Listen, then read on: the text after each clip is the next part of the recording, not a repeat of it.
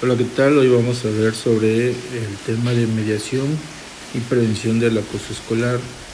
Esto de acuerdo a las estrategias para la convivencia pacífica en la escuela. Esto es presentado en este caso por la Secretaría de Educación en colaboración con el Programa de las Naciones Unidas para el Desarrollo. Y el día de hoy vamos a centrarnos en qué cosa es la mediación y cómo nos ayuda a resolver todos los conflictos antes de que se convierta en algo más diferente o más alto en grado de dependencia, como es el acoso o como es el ahora llamado bullying. Entonces, este es el tema que vamos a estar viendo hoy en Taller para Padres y vamos a empezar. ¿Qué es el conflicto? Hay que reflexionar cómo definirían ustedes un conflicto. Cuando doy este taller de manera presencial, normalmente me dicen que el conflicto es una pelea, un insulto o estarse diciendo cosas, y no solamente nos enfocamos al conflicto en lo que es en la escuela, sino en el conflicto en lo que es en diferentes áreas de nuestra vida. Al final de cuentas, un conflicto es algo que es pasajero, es algo que sucede y que se pretende que no suceda constantemente o que no haya una segunda vez que ocurra este conflicto. Dado que sí se mantiene la constancia en lo que es el conflicto, ya pasamos a algo más diferente. ¿Es lo mismo un conflicto que el acoso escolar? No. Evidentemente por algo tienen un nombre cada cosa. Hay un violentómetro que se maneja de manera legal, que hay diferentes tipos de conflictos, hasta diferentes tipos de conflictos que ya inician un previo acoso. Entonces lo vamos a ir viendo poco a poco cómo es esta dinámica, pero en esencia no es lo mismo el conflicto que el acoso escolar. Un conflicto es algo pequeño y algo que queda a veces en una situación. Sin embargo, múltiples conflictos con las mismas personas o los mismos actuantes sí luego se convierten en acoso escolar. El conflicto es una situación de desacuerdo que puede resolverse mediante el diálogo. Vamos a ver que la herramienta principal que actualmente se maneja es lo que se le llaman los mecanismos alternos de la solución de estos conflictos, y dentro de ellos hay diferentes técnicas. Una de ellas es la mediación, que es la que internacionalmente y nacionalmente está adecuada con protocolos, leyes y pasos a realizarse para que la mediación sea aplicada de manera efectiva y sea validada. En el caso de nuestro país, sea validada esa mediación como un hecho legal. En este caso, la mediación dentro de las escuelas lo realiza de preferencia un personal que sea capacitado, sino igual dentro de los acuerdos que tiene la Secretaría de Educación, es que un docente dentro de sus facultades tiene la obligación de mediar las situaciones de conflicto y acoso escolar hasta donde pueda llegar sus capacidades interactivas o sus capacidades de conocimiento de esas noxis que tienen cada uno, donde ya de ahí le correspondería el actuar a su ente superior. Entonces sería director, de ahí supervisor, de ahí jefe de sector, y de ahí nos vamos hacia lo que es las diferentes jurisprudencias que hay en la Secretaría de Educación. Hay diferentes departamentos que va dependiendo el tipo de incidente que vaya dándose, que vamos a ir viendo cómo actúan. En esencia, la mediación es ese diálogo que se inicia con el fin de poder hacer que uno como ente de comunidad no llegue a agresiones más fuera de los normales, ¿no? Que mantengamos estas cuestiones de paz y el manejo de estas situaciones sea de manera efectiva y pacífica. Sin embargo, pues van a haber problemas que, como vamos a ir viendo, van a ser enraizados. Enraizados significa que tienen otras raíces o múltiples factores que no necesariamente nos van a ayudar a poder actuar de manera eficiente en una mediación sin la ayuda de algún profesional. Actualmente, desde el 2020, la Secretaría de Educación del Estado de Tabasco creó una unidad de mediación escolar, la cual un servidor estuvo siendo parte de esa colaboración, y tengo entendido que en esta nueva administración se quedó en pausa. Sin embargo, se quedaron los tratados con el sistema de gobierno. Entonces tenemos la oportunidad de estar con los juzgados de lo civil y los juzgados de lo familiar, y ellos tienen mediadores, de los cuales también pueden actuar dentro de las escuelas. A su vez, también el DIF tiene, en base a su sublínea, que es la Profade, también herramientas para actuar con la mediación en este caso.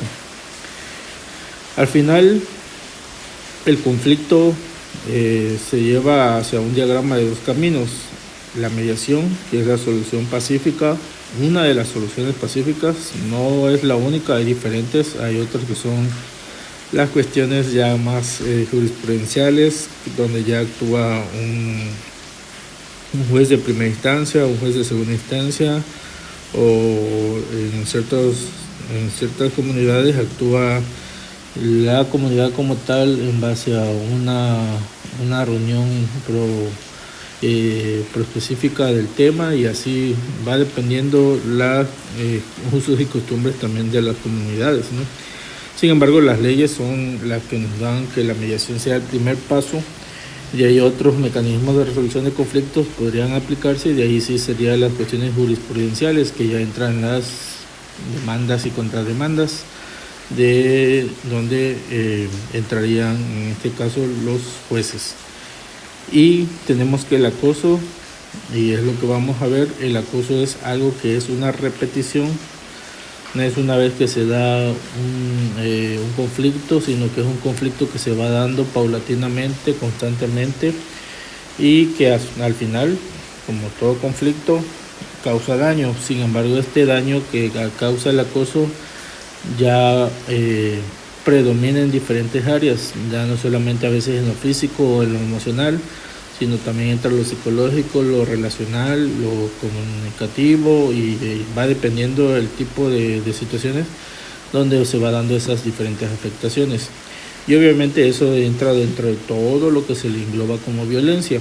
La violencia puede ser intra y extra, o sea, puede ser dentro de, en tu círculo interior, en este caso hablemos de los alumnos, el círculo de la familia, el círculo de los amigos, el círculo de la misma comunidad escolar, y externa puede ser gente fuera de, a veces son los vecinos, o en las escuelas, hay veces que en la comunidad escolar la misma comunidad no da esas oportunidades de poder estar de manera pacífica, y a veces agreden a los niños y sobre todo a los papás, ¿no? En esas diferentes cuestiones, cosa que pues por lo que he visto en este tiempo que he estado ahí no ha pasado, ¿no? Sin embargo, como todo en la vida, no estamos exentos a que pase alguna vez. Entonces, como normalmente se dice, prevenir es lo mejor antes de todas las situaciones que puedan pasar, ¿no? Y la diferencia entre el conflicto y acoso puede ser la intervención de los adultos. En los niños, ellos no tienen la capacidad psicológica para poder identificar si les están haciendo bullying, si les están haciendo algo de acoso, o si solamente es un conflicto. Ellos lo van a ver como algo igual. Quienes tenemos la capacidad de estar viendo constantemente qué es, somos los adultos, puesto que ya tenemos una cuestión de introspección y análisis de las diferentes cuestiones que hemos vivido y de lo que hemos podido observar, y igualmente entramos en las cuestiones de que nosotros mediante la observación podemos identificar cuando uno de los niños tiene eh, algún actuar diferente a lo normal que se le corresponde. Si vemos que es un niño muy extrovertido, que le gusta estar hablando, platicando en casa o con sus amigos, y de repente drásticamente ya dejas de hacerlo y se vuelve alguien solitario, alguien que no quiere convivir. Ahí vemos nosotros mediante la observación. Puede que a veces un día, 2 días, por algunas situaciones que le causen conflicto a ellos, pues a veces los conflictos pueden ser intrafamiliares, como les digo, a veces la muerte de alguna mascota, la muerte de algún familiar, a ellos les causa ese conflicto y actúan de esas maneras. Entonces todo eso se va haciendo unas diferentes valoraciones mediante la observación. Entonces no podemos tipificar algo solamente con una sola acción, sino tenemos que darle un seguimiento, que lo recomendable es más o menos entre 7 a 15 días de observación constante. Bien, ¿qué es el acoso escolar? Veamos en la parte derecha que nos dice que es una agresión repetitiva e intencional entre los estudiantes con un desequilibrio de poder. Vamos a ver las cuestiones de todos los conceptos que vienen aquí, ¿no? Primero, agresión. Es algo que, si lo trasladamos a otras palabras, es algo que yo no te estoy haciendo nada y de repente me llegas y me haces algo. Entonces hay una acción cuando no hay una contrarreacción. Entonces esa es una agresión. Vienen a quitarte de tu estabilidad a alguna persona y ahí te está agrediendo en esa parte. Pero esa agresión, si se convierte en acoso escolar, si es repetitivo. O sea, que si esa cuestión se va repitiendo constantemente en periodos muy cortos, o a veces pueden ser en periodos medianos. Si se convierte en periodos largos, o sea que este ciclo escolar recibió una agresión física por parte de tal alumno, mi hijo, ¿no? Y ya tiene una que desde el kinder también recibió por parte de ese mismo niño esa agresión, y otro ciclo escolar anterior también recibió una agresión dentro de todo ese tiempo. No lo podemos tipificar como acoso porque no lo está acosando, simplemente tiene unas cuestiones que es ahora sí que es su parte de victimizar a la otra persona. Eso es lo otro que vamos a ver. Sí puede haber personas que son muy fácilmente victimizadas y muy fácilmente ser victimizador. Entonces las cuestiones aquí es que tiene, para que sea tipificado oficialmente como acoso escolar, es que esa agresión sea repetitiva, o sea que se mantenga en un periodo de tiempo constante e intencional. Hay veces que por las diferentes cuestiones las escuelas actualmente, como bien saben, no se le puede negar el acceso a ningún niño. En el caso de la escuela, en el salón donde estamos, no tenemos una referencia que pueda yo decirles que tenemos estas situaciones, ¿no? Pero por ejemplo en otras escuelas hemos encontrado niños que por violencia intrafamiliar ellos traen igual estas conductas y intencionalmente agreden a estudiantes para poder sofocar el dolor que ellos tienen, ¿no? Entonces ahí va esa parte. Ahí sí ya entra el acoso, puesto que además de que es agresión repetitiva, es intencional. Hay otros niños que por cuestiones de salud, ya sea por cuestiones de su psique, o sea su mente, o por cuestiones de controles, o sea, no controlarlos mediante medicamentos que necesitan para poder estar en convivencia pacífica, como puede ser por hiperactividad severa o cuestiones así. es donde estos niños tienden a agredir a sus compañeros, pero ahí es donde entra el marco legal y hay esas cuestiones, lagunas legales que se les llama, que pues realmente al estar medicados, a necesitar ese apoyo psicológico y en este caso también social, a veces no se les puede catalogar como acoso escolar porque no lo hacen intencionalmente. Tendríamos que comprobar lo que hagan intencionalmente para poderlos tipificarlos en esta parte. Al final, el acoso escolar, aunque puede ser entre estudiantes de diferentes grados, si el acoso en este caso, o sea, las agresiones son por parte de un maestro o alguien de los padres de familia hacia otro niño, ya no es acoso, ya se le tipifica como otro concepto que vamos a ir viendo luego. Eso ya sería abuso de autoridad, entraría las cuestiones también de, por ejemplo, de la manipulación a menores y el manejo de emociones y conductas hacia estos menores de edad, ¿no? Al final todo esto repercute en algo, que es un desequilibrio de poder. ¿Por qué? Porque ya sea que el alumno que es el agresor y la víctima sean del mismo grado, un mismo grupo, la misma edad, siempre hay alguien que va a estar de manera psicológicamente o emocionalmente más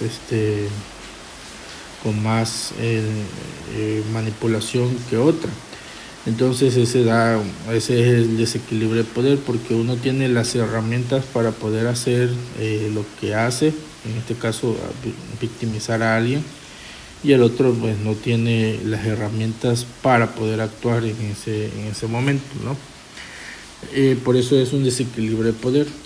Igual hay niños y que nos hemos encontrado en otras ocasiones que son niños menores de edad que victimizan a niños mayores de edad, porque aquí entra de todo, entra desde las cuestiones económicas, las sociales, las políticas, las cuestiones comunitarias. Hemos tenido sobre todo muchas peleas en cuestiones de eclesiásticas. O sea que niños de diferentes denominaciones religiosas no se llevan con otros niños de otra denominación y se hacen un relajo, ¿no? Al final de cuentas, es un desequilibrio de poder. Alguien tiene la capacidad de manejar a las demás personas y pueden ir segregando a la persona que la conocemos como víctima. Ese es un acoso escolar dentro de todo el mundo que es el acoso escolar. Dentro del acoso escolar, lo más común, lo vemos aquí en la parte izquierda, no es todo lo que existe, sino hay varios, pero lo más común son estos 4 rasgos, que es el verbal, donde entran insultos, burlas y otras cosas, ¿no? Dentro del verbal también entraría lo que es cuestiones de escritos o insultos mediante que normalmente lo común que hacen los niños o niñas, y lamentablemente hemos visto más que lo hacen las niñas en las escuelas, es que se insultan en los baños, escriben las groserías o cosas similares. Todo eso también entra parte de lo verbal. En lo físico entran los golpes, los empujones, y algunas otras cuestiones, todo lo que tenga que ver con una intención o una agresión hacia el cuerpo. Puede ser desde lanzarle cosas o hasta golpearlo directamente con puño o con algún arma o algún objeto punzocortante, que también lo hemos visto.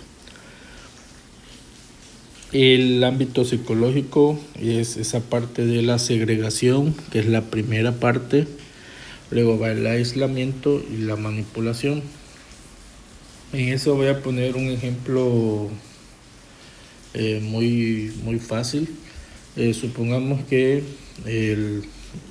su hijo o su hija están ingresando por primera vez en la escuela y tenemos un grupo de alumnos que han venido conviviendo desde el kinder, ¿no? Entonces, como es una comunidad, tenemos que desde el kinder hasta ahora que están en tercero o cuarto de primaria han venido conviviendo. Entonces, si la cabeza o el líder de ese grupo tiene algún problema con este niño nuevo o niña nueva, lo primero que hacen es hacer su balance de poderes, a ver qué tan mentalmente están ambos, para ver cómo si se pueden llegar a ver esas situaciones y esos conflictos primero de manera verbal. A veces lo que hacen los niños son muy hirientes. En estas nuevas generaciones les dicen que tienen piojos, les dicen que tienen que no tienen dinero, o a veces al contrario, hay niños que son segregados por tener dinero según y los otros no, y cuestiones así. Al final son diferentes tipos de manipulaciones en ese desequilibrio de poder, pero por alguna situación le encuentran algo que la puede ir aislando poco a poco, o lo pueden ir aislando poco a poco, y primero empiezan con eso. Ya luego lo van aislando de todos los juegos o actividades en equipo o actividades para compartir en el receso o cuestiones similares, ¿no? Ya cuando se da ese aislamiento, es un primer paso ya tipificado donde tenemos que actuar como docentes y ver qué es lo que está realizando, hablar con los papás y establecer normas de conductas nuevas si no están funcionando las actuales, ¿no? Sin embargo, luego lo que a veces pasa comúnmente es que estos niños, al ser un poco más débiles en su psique, buscan la aceptación. Como cualquier persona, buscamos el sentido de pertenencia a un grupo. Ese sentido de pertenencia, en el caso conmigo, siempre busco que el sentido de pertenencia encuentren que es en toda la comunidad, no solamente en unas personas. A veces llevamos ciertos libros un poquito más directos en esos temas, como son escritos de Maquiavelo y otros autores que son más de la rama filosófica que actualmente se le conoce como el estoicismo. ¿Por qué? Porque ellos hablan un poco más sobre esa parte de el actuar así. Bueno, en el caso del acoso cibernético, es algo que desde que inició las cuestiones de la web siempre ha sido parte de lo que se ha referenciado como la parte oscura de lo que podría llegar a utilizarse todas las herramientas que hay en internet. Actualmente tenemos, además de las redes sociales, tenemos videojuegos, centros de comunicaciones diversas, las cuales muchos de nosotros no estamos tan involucrados. Ya el tener Facebook, Instagram, TikTok lo hace. Y ahorita los niños se comunican mediante diferentes aplicaciones, muchos por las salas comunes de los juegos, ya sea Free Fire, Roblox o Fortnite, o diferentes tipos de charlas de chat que hay en las diferentes aplicaciones que ellos pueden tener. Entonces también entra dentro de eso acoso la parte cibernética hacia lo escolar. Nosotros como Secretaría de Educación no podemos actuar sobre el ciberacoso, solamente lo tenemos tipificado por si hay una cuestión de acoso que inicia en la raíz, inicia en la escuela y que se continúa a veces mediante las redes diversas, ¿no? Con mensajes ofensivos, fotos o videos, o el uso de imágenes en siluetas. Es un tema muy extenso y el hablar allá, porque eso nos va a llevarnos al ciberbullying, igual que es otro tema diferenciado. Solamente que aquí lo único que les tengo que aclarar es que como Secretaría de Educación nosotros no podemos actuar en lo que se digan o hagan en dentro de las redes sociales. De hecho es muy difícil actuar, por eso se necesitan programadores y todo un equipo de inteligencia para investigar ese tipo de cosas, y que lamentablemente en nuestro estado no somos punta de lanza en esas situaciones, sino que tenemos lo básico, que es una unidad de ciberacoso. Nada más, ahí donde están los juzgados hay una unidad, y donde está fiscalía hay otra unidad. Al final de cuentas, que sí se toma por parte de la Secretaría de Educación, que si ya sea por mediante un acoso verbal, físico o psicológico dentro de la escuela, se traspasa también a los cibernéticos, se toman como prueba de historial y eso se utiliza para poder actuar. Sin embargo, cuando ya entramos a esos rubros, ya tenemos que entrar a rubros donde tenemos que proteger tanto a los niños de muchas cosas, porque ahí sí entra el uso de las redes, quienes lo manejan, en qué redes, quienes supervisan cuando están los niños, si no hay supervisión como comúnmente se hace. Vamos a ver en otra de las actividades que vamos a tener. Yo les pido que ustedes jueguen los videojuegos que juegan sus hijos, a ver qué realmente están haciendo. No por o con el fin de satanizar los videojuegos. En el caso, pues, como todos tenemos diferentes gustos, sino para que ustedes vayan entendiendo qué es lo que tienen acceso, a qué tienen acceso. Hay algunos que usan las famosas microtransferencias para la compra de algunos ítems para poder jugar, y que eso utiliza dinero físico, en este caso mediante las tarjetas que se compran o mediante las tarjetas de débito, de crédito, ¿no? Y hay otros que utilizan, como le digo, sala de chats, que lamentablemente al ser incógnitos, también tenemos el acoso por parte de adultos a los niños. Entonces sí hemos tenido muchos casos de esa parte, y sobre todo con niños que son muy fácilmente manipulables porque realmente no tienen un apoyo emocional en casa. Entonces rápidamente les pueden cambiar el tema hacia otras cosas, y ya vamos viendo lo que por diferentes situaciones pasamos a algo más, cuestiones más de violaciones a sus privacidades como infantes. Pero al final de cuentas, el resumen de esta diapositiva es que el acoso tiene que ser una agresión repetitiva, intencional, y que lo provoca un desequilibrio de poder. Bien, esta es quizás nuestra base, y es la que les voy a pedir que le tomen una captura de pantalla o le escriban y lo tengan ahí como parte de sus evidencias de qué es lo que han visto en los talleres para padres, porque es el resumen en esencia para diferenciar lo que es el conflicto y el acoso.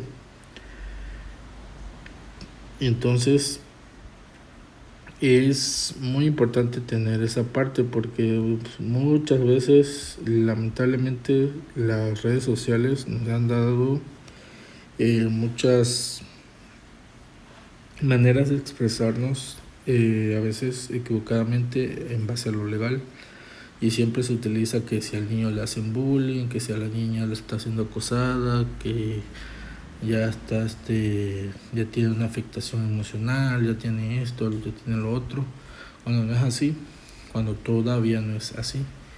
Claro, no es para demeritar las situaciones, sino que hay que tratarlos a como son, porque es como cualquier enfermedad. Si no la tratamos, si un dolor de panza la tratamos como si fuera un cáncer y le damos quimioterapia a la persona desde la primera desde las primeras sesiones. Entonces lo que va a pasar es que estamos otorgando recursos, estamos otorgando una afectación mayor a algo que no es la raíz realmente del dolor. Entonces lo mismo pasa aquí cuando nosotros empezamos a tipificar algo sin las bases reales y hablamos de bullying y de acoso y todavía es un conflicto. Es ahí donde tenemos eso.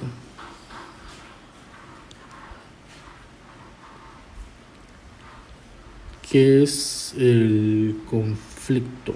El conflicto es lo primero que pasa. Aunque hay una diferencia de opiniones sobre qué es el conflicto, sí está bien tipificado cómo debe ser el conflicto. Y también está muy tipificado ya de diferentes formas, en diferentes estudios, qué cosas ya es un acoso. Como les dije, es algo que es más repetitivo y que otorga esa singularidad que la vamos a llamar hostigamiento. Entonces, ¿qué tan frecuente es el conflicto? El conflicto es ocasional. Ocurre una vez, ya se pelearon los niños, ya se golpearon. El conflicto puede escalar a cosas en un mismo día, desde jalarse el pelo hasta terminar golpeándose y lanzándose las sillas, ¿no? Pero es ocasional, o sea, no se están todos los días, o no es que ya se ven y ya se están agarrando golpes. Ahora, la intención no siempre es negativa. A veces sí, a veces no. Lo que normalmente ocurre en los conflictos es que hay una desinformación entre ellos. Y, por ejemplo, el niño Miguel le pegó al niño Ángel porque le dijo el niño Pedro que le rayó la libreta. Y luego resulta que no fue así, o que se equivocó el otro niño y al otro ya le pegó como una medida de venganza. Entonces a veces no es negativo esa situación, o sea, no es buscada por ambas partes, pero es algo que siempre pasa de manera ocasional y puede pasar y en 2-3 meses volverse a tener algún conflicto, porque normalmente las personas que son conflictivas tienden a desarrollar ese ambiente a su alrededor de ocasionar estos conflictos. Siempre, como está la famosa frase, ¿no? Que a veces lo colocan con una imagen donde se habla sobre los chismes, ¿no? Que el chisme se apaga hasta que uno decide no interferir o no estar presente en él, y que vemos a veces la imagen de una serie de bloques de dominó y quitan un dominó y ya deja de caer toda la serie de bloques, ¿no? Así pasa. Siempre va a haber personas conflictivas, eso es inevitable, y si no lo hay, significa que hay un sobrecontrol y manipulación dentro de los grupos, que está más aterrorizados los niños sobre los maestros que tener esa libertad de expresión, ¿no? Al final de cuentas, siempre un conflicto va a pasar, inevitablemente. A veces porque se le cayó el agua del otro alumno cuando fue a tomar agua, y pues ni modo, tiene que pagar y asumir sus consecuencias, pero a veces no las asumen de manera efectiva, y como les digo, son niños, todavía están en ese proceso. De hecho, llegamos nosotros a ser adultos y todavía no tenemos desarrolladas esas habilidades coercivas de psique, de poder identificar que a veces las cosas pasan porque están fuera de nuestro control. Entonces siempre el conflicto va a ser ocasional y no siempre va a ser de manera negativa. Sin embargo, pues lo cotidiano es que sea negativo. Respecto al equilibrio del poder, puede ser equilibrado porque los dos pueden tener el mismo tipo de reacción. Cuando es venganza, siempre y sencillamente es un conflicto de equilibrio de poder equilibrado. o negociable. Hay veces que un niño le jala el cabello un día, como a los 2 días o a las 2 horas, luego le pega el otro una patada y así, ¿no? Es negociable, o sea que a veces el que actúa y que le hace algo al otro niño es uno y se vuelve víctima, y el otro se vuelve el, la persona que hace el conflicto, y luego al contrario recibe esa persona que fue el primer conflictuante, recibe la agresión, entonces ahora también se vuelve la persona que recibe esa agresión. Entonces el equilibrio de poder va cambiando, va rotando, ¿no?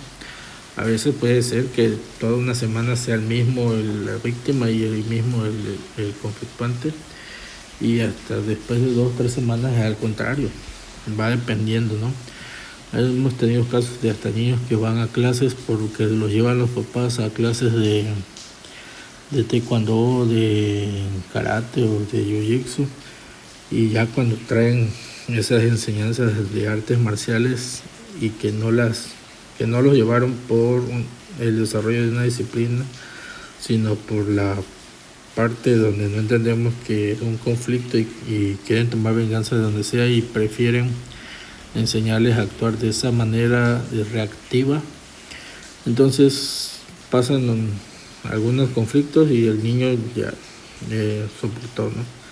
Van a clases de artes marciales y al siguiente día ya ellos ya están golpeando con técnicas más específicas. Entonces ese conflicto pequeño que pudo haber sido se convierte en algo más grande porque ya está utilizando arma blanca, porque ya ha tipificado el uso y el conocimiento de un arte marcial, ya es tipificado como tus puños y todo lo que sea tus partes del cuerpo que te utilicen como arma, ya es una arma blanca tipificada. Y si le llegara a hacer algún daño físico irreversible, también tienen que pagar, ahora sí que afrontar sus cargos y todo lo demás, ¿no? Y si han habido ocasiones de niños que les rompen la nariz al otro con una patada, y más cosas que han pasado, ¿no? Bien, el acoso sí es algo ya que, como bien lo menciona el texto acá, es una conducta repetitiva de hostigamiento. O sea, es algo que está constante. A veces cuando empieza el acoso, siempre es tanteando a ver hasta dónde puede afrontar la víctima, a ver hasta dónde va, y le dice al maestro, a ver hasta dónde va, y le dice a su papá, o personas niños que no le dicen a nadie, y se lo guardan y es hasta que explotan, donde ya no saben qué hacer o actúan sobre ellos, o sea, sobre sus vidas.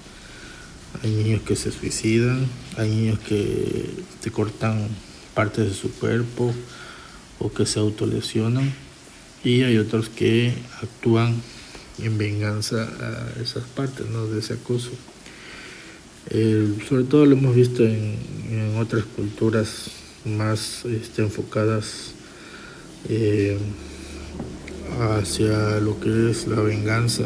En el caso de nuestro país, tenemos niños que en otros estados manejan armas, igual como en países como Estados Unidos, que en base a la enmienda primera ya tienen el acceso a armas cualquier familia, ¿no?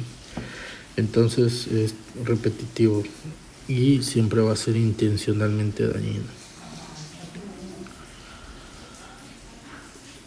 Un acoso jamás va a dejar de ser dañino, o sea, nunca va a ser que te estoy acosando solamente por el gusto de verte o por las situaciones de que a veces en las series, películas o libros o lo que sea, a veces vemos que es el acoso de un niño hacia una niña o una niña hacia un niño porque les gusta. Eso no es acoso, eso es una manipulación derivada de lo que es Perdón, de lo que es las herramientas de manipulación que hay en la psicología, que sin embargo no es un acoso como tal. Que así se le diga popularmente es otra cosa, pero un acoso sí es intencionalmente dañino, o sea que siempre va a estar ahí fastidiándolo, ya sea de manera física, verbal, intelectual, emocional, psicológica, social, hasta verlos sufrir mucho daño a las personas que son víctimas. Y siempre va a haber ese desequilibrio. El agresor va a ser el agresor siempre y la víctima va a ser la misma persona. Y aunque puede que a veces la víctima reaccione, nunca se vuelve agresor porque ya entra la cuestión de la corresponsabilidad. Entonces ya es el coactuar y actúan en base a lo que han vivido. Entonces hay veces que pues ni modo, la víctima se tiene que defender y actúan.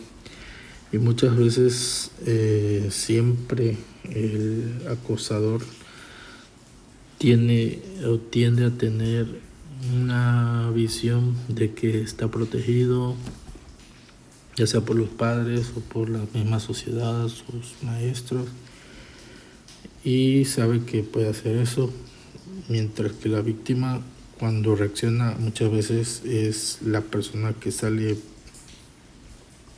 de manera mal parada, por así decirlo, ¿no? Entonces ahí es donde tenemos que actuar ya como autoridades, ya en específico cuando se hacen todos estos tipos de investigamientos. Las resoluciones evocan hacia esa parte, ver quién es el agresor, la víctima y qué tanto fue ese desequilibrio de poder. A veces el acoso no es de persona a persona, no es uno a uno, sino puede ser de un grupo hacia otro, pueden ser de un grupo de niños hacia otro grupo de niños, pueden ser de un grupo de niños hacia solamente un niño o una niña, o puede ser al revés, un agresor hacia varias víctimas.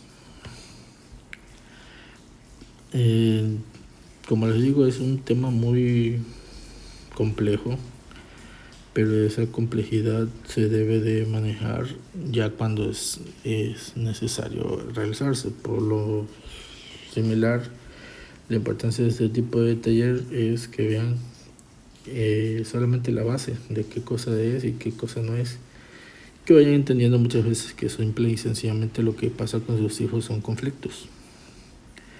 Y vamos a ver qué se hace con los conflictos, porque los conflictos son algo más manejables, más fáciles de manejar en esa parte, y tenemos que actuar con mucha cautela para que no pasen hacia las cuestiones más fuertes como el acoso o el bullying, ¿no?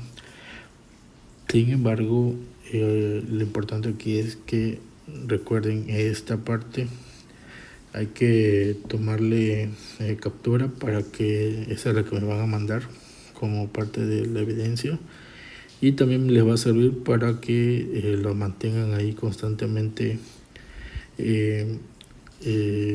esa tablita, para que vean de manera más eficiente qué cosa es un conflicto y qué cosa es un acoso. ¿Cómo prevenir el acoso? La prevención es el poder prever, previsualizar, el tener todo antes de. Sin embargo, está 100% comprobado que por más que prevenimos, siempre las cuestiones que van a pasar, van a pasar. Eso es inevitable. Sin embargo, la prevención nos ayuda a tener las herramientas básicas para que en el momento que ocurran esas cosas, ya ustedes estén informados, ya ustedes estén con bases para poder argumentar sus opiniones cuando pasen algunas situaciones.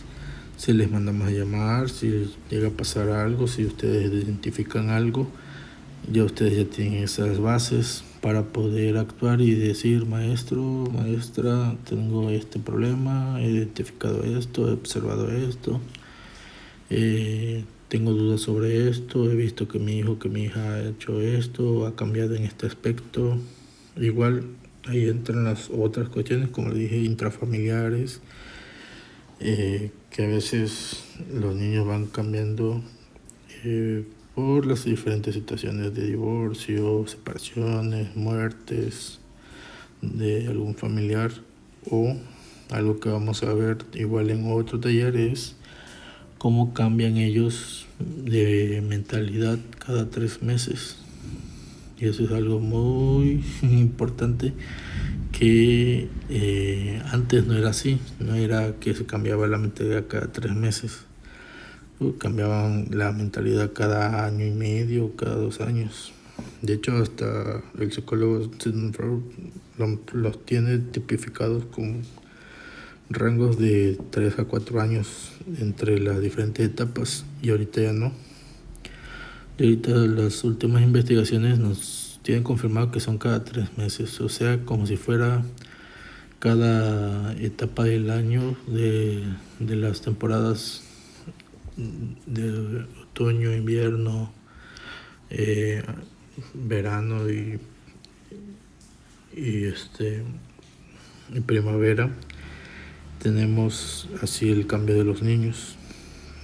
Aunado a eso tenemos las cuestiones de las tendencias. En otros videos a veces hablo yo de tendencias educativas internacionales, pero en este caso estamos hablando de tendencias sociales. Las tendencias sociales son las que nos manejan el rumbo de nuestras vidas, ¿no? Muchas veces creo que les compartí ya la primera o la invitación para ir al taller de padres, donde va a venir el doctor Aldana de Argentina. Este es el segundo taller que se hace con el PNUD. En el primer taller vino una doctora española de la Universidad de Murcia, en la cual dijo sencillamente que actualmente realmente quien está educando a nuestros niños es el marketing, porque el marketing, lo que la tendencia de marketing dicte que es lo que se debe de hacer, es lo que todos los programas, todos los TikToks, todos los videos, los reels, todo lo que se va a hacer de moda o lo que se va a hacer trending va a ser eso, es lo que van a fomentar. Entonces, si no estamos pendientes en esa parte como padres de familia, tenemos que adecuarnos a las cuestiones de que pues quien nos está educando es el marketing, y el marketing es abismal, es fuerte. El marketing no anda pensando en sus hijos, el marketing va a pensar siempre en engrandecer y engrandecer más la rueda que hay del dinero y del poder. Bien, al final, prevenir el acoso es tener esas bases, que les vuelvo a repetir, no van a evitar que pasen los conflictos, pero sí puede evitar que esos conflictos se vuelvan en acoso. Entonces, una vez que ya tengamos detectado, observado, les digo, el periodo de observación de 7 a 15 días, y bueno, ya en cuestiones un poquito más precisas, a veces son meses, que hay que estar observando conductas porque se involucran las cuestiones de redes y otras cosas, ¿no? Pero después de esa detección hay que hacer la intervención de parte de ustedes que les corresponde. Simple y sencillamente ustedes son los que conviven con ellos la mayor parte del tiempo. Nosotros como docentes convivimos solamente el horario escolar, y en las cuestiones de esa intervención ustedes deben estar con nosotros, como les digo, en constante comunicación. Una comunicación asertiva es venir y buscar ese apoyo, el plantear que he visto como docente y que han visto ustedes como padres de familia, que sienten, que les han dicho. Y hay veces que hay conflictos que son a veces muy reiterativos, y hay que ir escarbando hasta que llegamos a la raíz.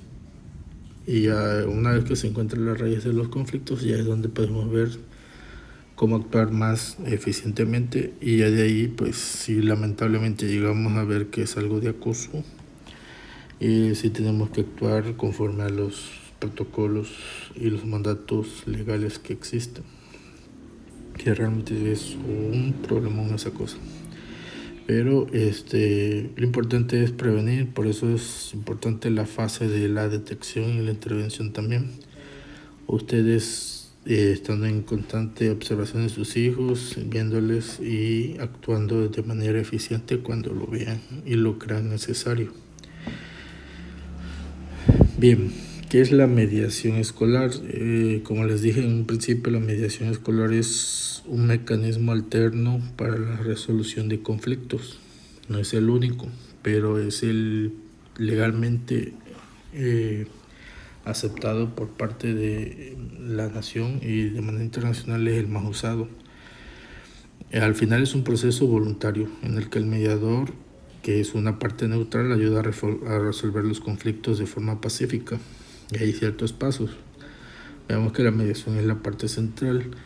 Ahí el mediador puede ser el docente o el director u otro profesional en base a esa rama.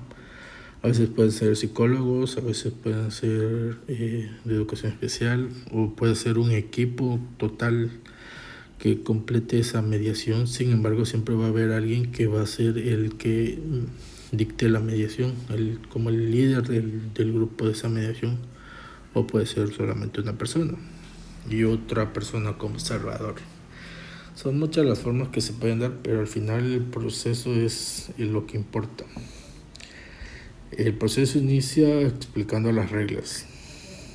Espero que no lleguemos hasta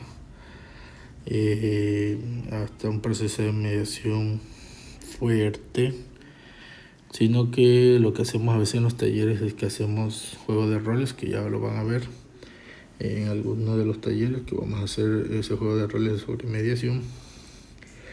Y luego va la expresión de cada parte, o sea, por qué están aquí y qué es lo que hicieron, qué es lo que les pasó, y van dando toda su historia. La identificación del problema. Aquí es un momento donde uno identifica los problemas, de qué es lo que se está dando, si es conflicto, si es un acoso, si es alguna cuestión social, si es alguna cuestión psicológica, si es alguna situación un poquito más que necesita otros rubros y otras cuestiones más que imposibiliten una buena mediación si no están esas otras partes.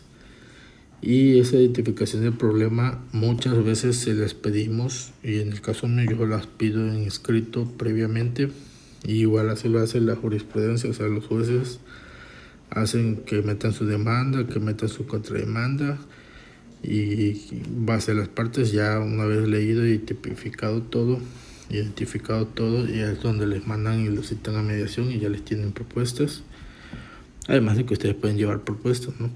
Pero al final esa identificación del problema puede ser que ya se haya dado desde un inicio con su escrito, o puede que se haga en el momento. Va dependiendo del tipo de situación que se vaya dando. A veces la mediación tiene que ser en el momento, aunque no es recomendable. Una mediación correcta debería ser pacífica tanto para el mediador como para las personas que están actuando. No puedo solucionar un conflicto, un problema con un papá que esté enojado en ese momento porque le hicieron algo a su hijo o a su hija. ¿Por qué? Porque está alterado. Entonces, para poderlo solucionar, tenemos que estar todos en una misma sintonía. E igual como docentes, y en este caso como la función de mediadores, si estamos alterados, podemos cometer los errores de a veces tratar de desequilibrar la balanza para poder terminar la mediación a favor de uno o de otro, o a favor del propio mediador. Entonces, como aquí se menciona, tiene que ser neutral, entonces no podemos hacer la mediación en el mismo día. Sin embargo, a veces se hace cuando son conflictos muy pequeños, ¿no? Y en mi caso yo lo evito. Yo evito hacer una mediación cuando es un conflicto que se da y que tengo que actuar en ese mismo momento, sino lo que ya hago son actas de jurisprudencia o acta de hechos, que así se les llama.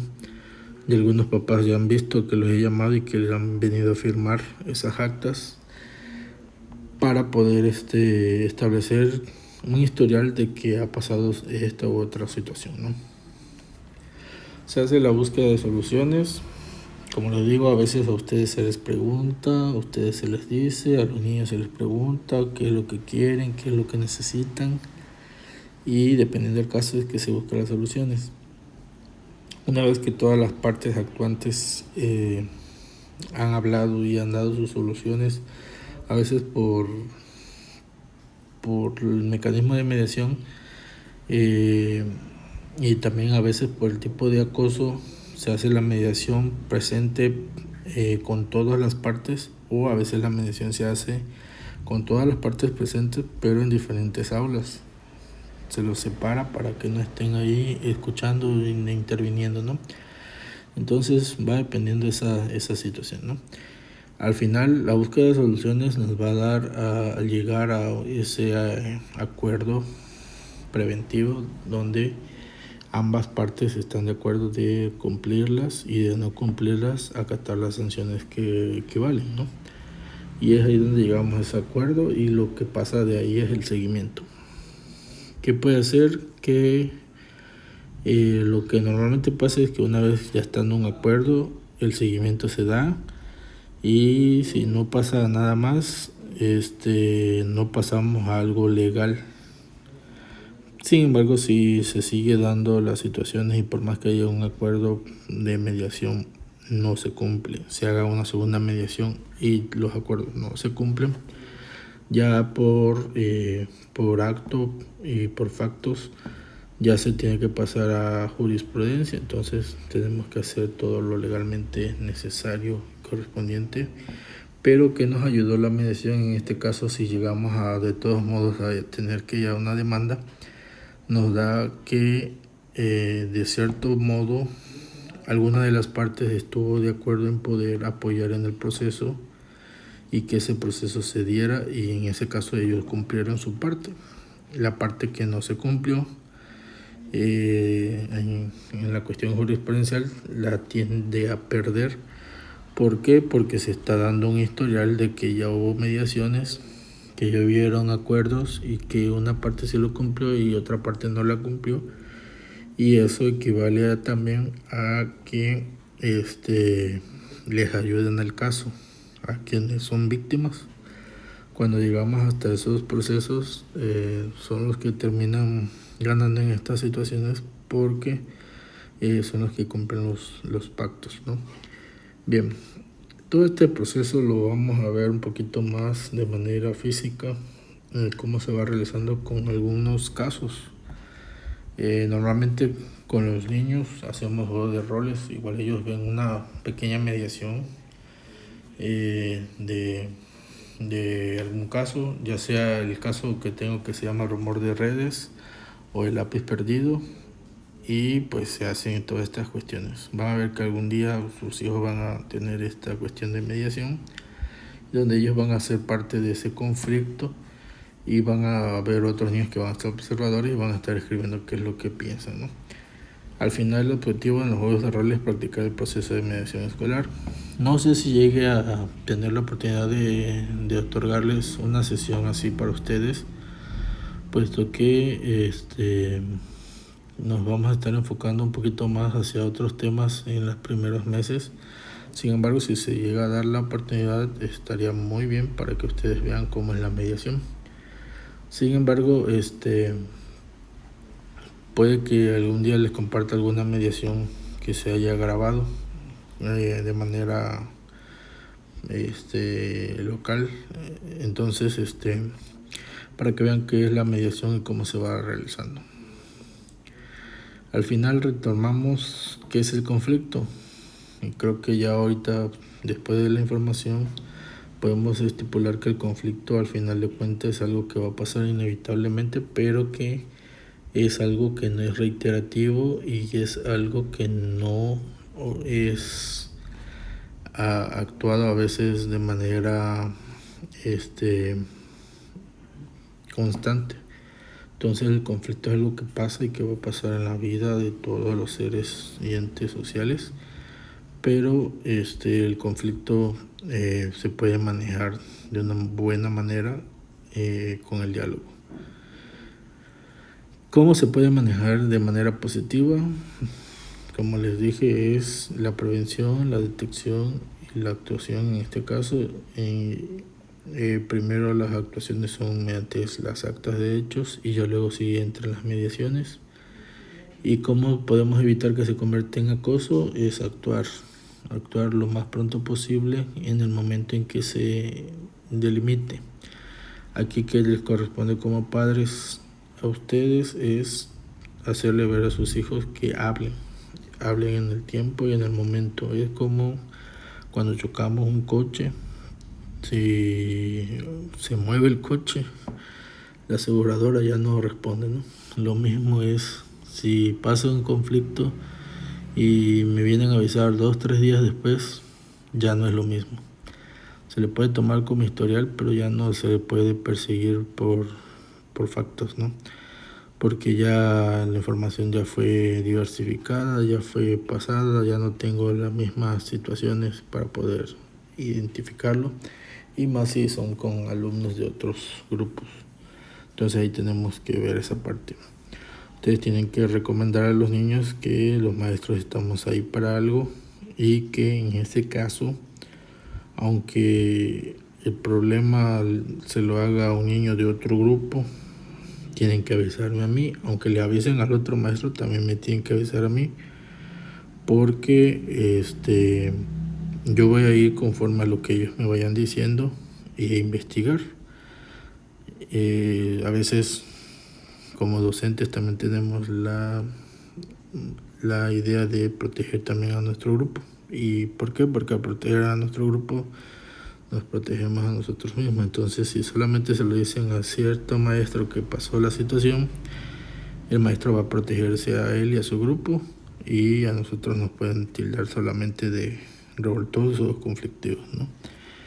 Entonces, lo importante es que ustedes les digan que hablen conmigo y que estén en comunicación sobre las cosas que pasan, y también hablen con ellos, que hagan entender que la venganza es parte de un conflicto, una reacción del conflicto, pero que no es la adecuada. Entonces, ¿por qué? Porque lo que he visto en estos días que hemos estado trabajando, sí es que me hacen, yo te hago, y si no veo que te hagan algo físicamente como castigo, voy yo y te hago lo que a mi parecer conviene, ¿no? Entonces, al final la mediación ayuda a construir un ambiente escolar seguro y respetuoso, y sobre todo nos evita problemas más grandes. ¿Por qué? Porque al final de cuentas todos somos una comunidad, más en este caso que viven todos cerca, y que al final de cuentas ahí se van a desenvolver. Muchos van a ir a las mismas secundarias, a las mismas preparatorias y hasta la misma universidad puede, y pues van a estarse desarrollando, van a ser vecinos, siempre van a ser parte de esa comunidad, ¿no? Y obviamente que lo que pretendemos es que sean comunidades de paz, que no se dejen llevar por las costumbres actuales, sino que vayan desarrollando un ambiente positivo y seguro, sobre todo en esa parte, como en este caso como niños e infantes y como comunidad en general. Como resumen final, el conflicto es la idea central, y de ella emana dos cosas: el diálogo y el respeto. El diálogo implica manejar esta parte de la escucha, pero que la escucha sea activa. Una escucha activa no es solamente te estoy escuchando o algo que te escucho, sino que escucho y analizo lo que me está planteando, y para que pueda yo también retribuirte con unas palabras igual y entender esa parte, ¿no? Y en base al respeto tener la empatía de poder identificar qué es lo que sientes tú, qué es lo que tienes tú, qué es lo que estás viviendo, por lo cual te lleva a tener ese conflicto. Y al final la mediación es una ayuda para encontrar la solución pacífica al conflicto. Y esa mediación nos va a ayudar a llegar a una buena solución mediante acuerdos, y esos acuerdos, si se manejan de manera correcta, nos ayudan a tener un historial y un aprendizaje para poder llevar un conflicto cuando luego sucedan otros conflictos y no haya alguna persona que les vaya a dar una mediación, sino que al final de cuentas todo proceso que llevamos nos ayuda a aprender algo. Todo proceso conlleva un aprendizaje. Entonces, si sus niños aprenden a conllevar un conflicto de manera positiva, van a tener niños muy empáticos y que saben cómo actuar y cómo reaccionar ante las diferentes situaciones. ¿Por qué? Porque las generaciones de hoy en día van a ir en decaimiento y decaimiento de todas esas situaciones, porque cada vez van a estar más influenciadas por el medio. Como les dije hace rato, el marketing ahorita es quien nos educa, no somos nosotros, sino el marketing. Para prueba, las canciones que cantan ellos ahorita de tralalero, tralala, que ni yo la conocía, y ya nada más ahora que entré con ellos ya tuve que ver y todo qué significa, de dónde proviene y todo lo demás, ¿no? ¿Por qué? Porque ellos lo conocen, ¿no?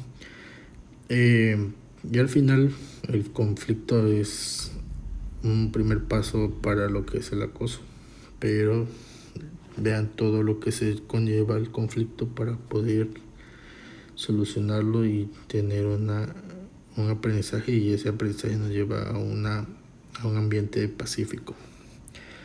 Al final de cuentas, lo importante de aquí es que ustedes identifiquen qué cosa es el conflicto y qué cosa es el acoso. En otros temas veremos qué es el bullying y el ciberbullying. Y como les dije, tengan como por resumen un poquito más esta tabla comparativa, que es la que van a tomarle captura para tener más fácil esa diferenciación entre lo que es el conflicto y el acoso. Sin más por el momento, pues les dejo el día de hoy y que tengan una bonita tarde, noche.